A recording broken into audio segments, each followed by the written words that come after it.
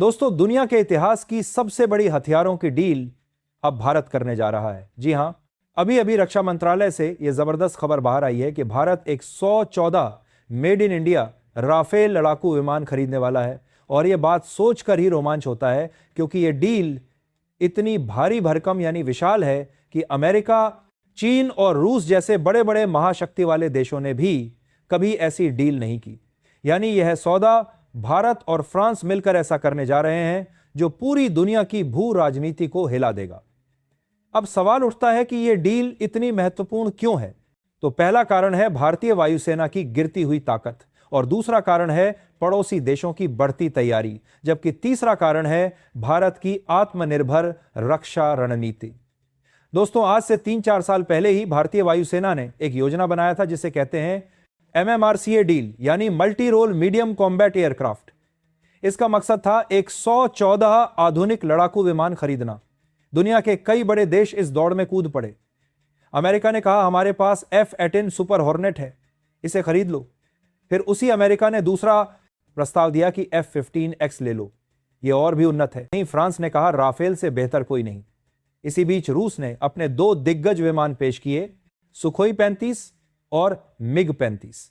इसके अलावा यूरोप का यूरोफाइटर टाइफून और स्वीडन का ग्रिपन भी लाइन में खड़े थे। जैसे F-18 सुपर हॉर्नेट अमेरिकी नेवी का मुख्य लड़ाकू विमान है और इसकी कीमत प्रति यूनिट लगभग $70 मिलियन है। वहीं रूस का सुखोई 35 भारी लड़ाकू विमान है जो 50 से 55 मिलियन डॉलर में मिलता है। लेकिन आखिरकार बात आकर ठहर गई फ्रांस का राफेल और अमेरिका का F-15X। अब भारतीय वायुसेना ने पिछले 2.5 सालों तक जमकर मूल्यांकन किया, यानी लगातार तुलना और जांच की कि कौन सा विमान भारत के लिए ज्यादा उपयोगी होगा।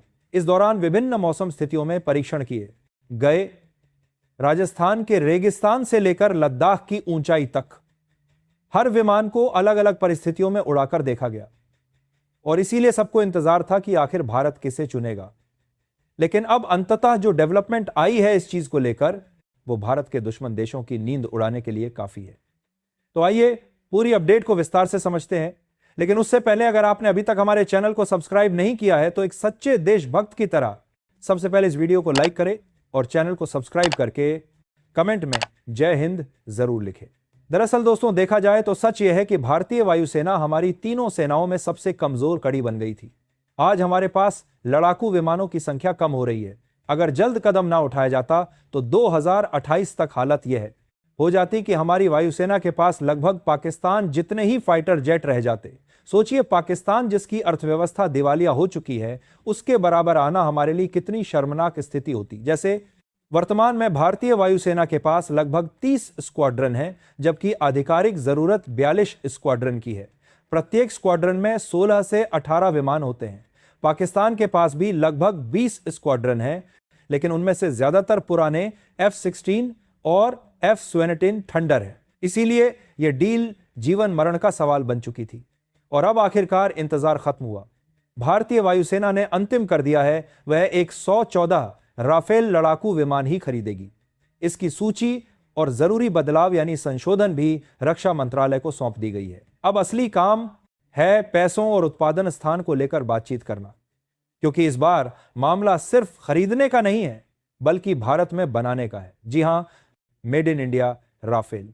इसका मतलब फ्रांस को भारत में ही उत्पादन करना होगा और यहां की उद्योगों को शामिल करना होगा। दोस्तों, यह डील इतनी बड़ी है कि दुनिया के हथियार बाजार में हलचल मच गई है, और सब देख रहे हैं कि आखिर भारत और फ्रांस मिलकर कौन सा नया इतिहास रचने जा रहे हैं।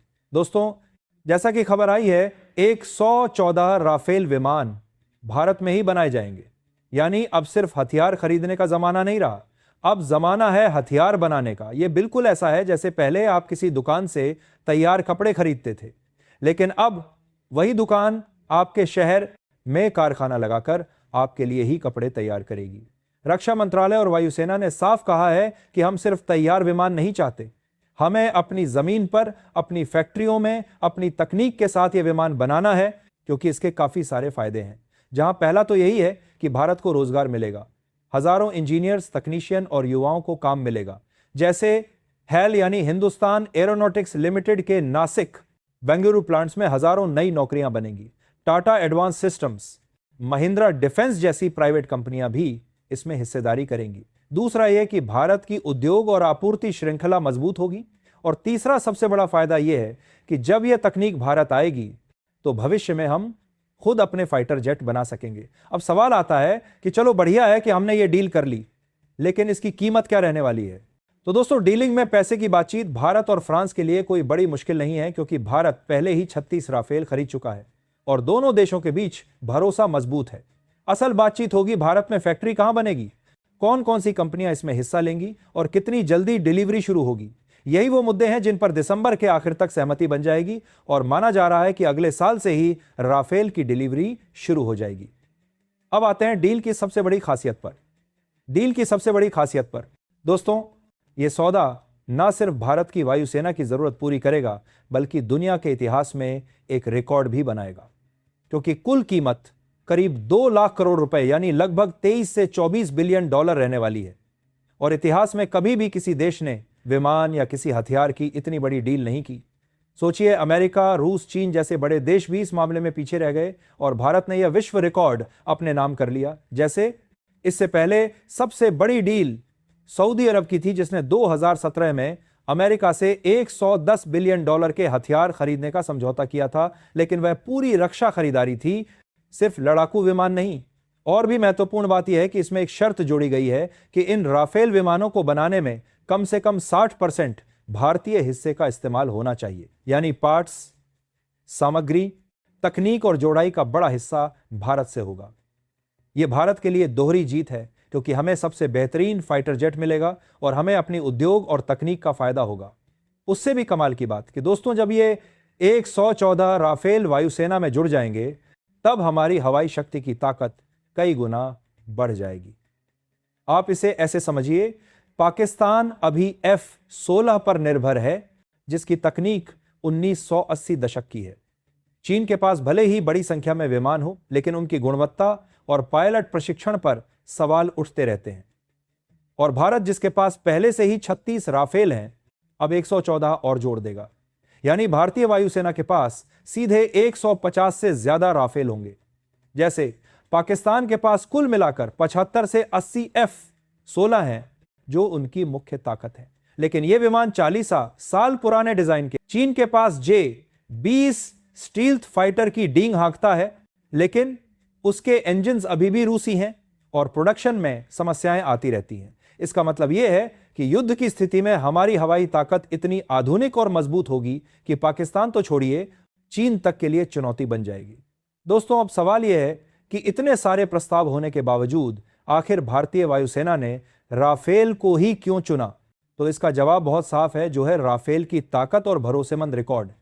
राफेल को ओमनी रोल फाइटर जेट कहा जाता है, यानी यह विमान सिर्फ एक ही काम नहीं करता, बल्कि हर तरह का काम कर सकता है।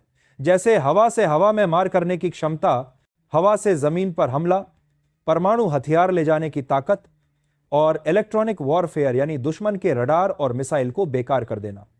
साथ ही लंबी दूरी तक उड़ान और युद्ध क्षमता होना, जैसे राफेल का RBE-2 AESA रडार 200 किलोमीटर तक के टारगेट्स को ट्रैक कर सकता है।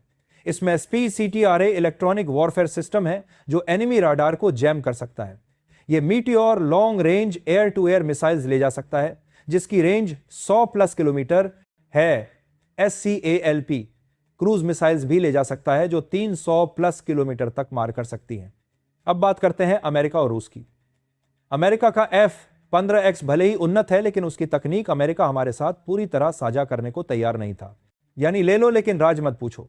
रूस का सुखोई 35 और MiG-35 सस्ते थे, लेकिन उनकी रखरखाव की कीमत ज्यादा थी और भारत को भरोसा नहीं था कि वे लंबी दौड़ में टिक पाएंगे।